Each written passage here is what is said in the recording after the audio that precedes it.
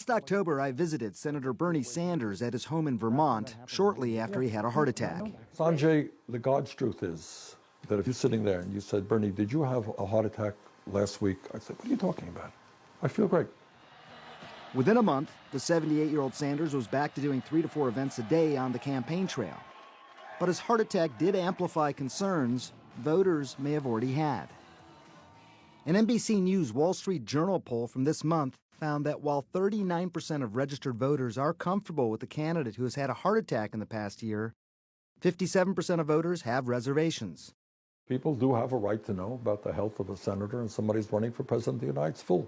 Full disclosure, and we will make it at the appropriate time all of our medical records public for you or for anybody else who wants to see them. Obviously, you're doing this interview with me. It's a fair conversation to be having about health, about age. Of course it is. All of that. Absolutely. Instead, in December, his campaign released these 3 letters, including one from Dr. Brian Monahan, the attending physician of the U.S. Congress, who has treated Sanders for the past 29 years. He wrote, "You are in good health currently, and you have been engaging vigorously in the rigors of your campaign, travel, and other scheduled activities without any limitation."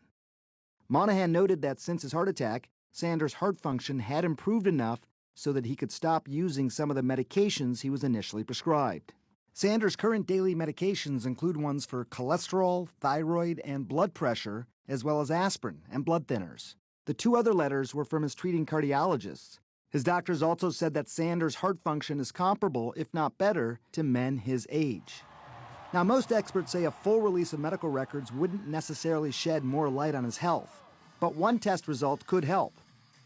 The ejection fraction. That's the amount of blood pumped from the chamber with each contraction. It's a measure of the function of the heart. In 2008, then presidential candidate Senator John McCain invited me and several other reporters to evaluate 8 years' worth of medical records for several hours. But that has been the exception and not the rule. And Sanders told CNN at Tuesday's town hall what he released, he believes, is enough. Now, we have released, I think, Anderson, quite as much as any other candidate has. I'm comfortable with what we have done. Just to be clear, you don't plan to release any more records? I don't think we will, no.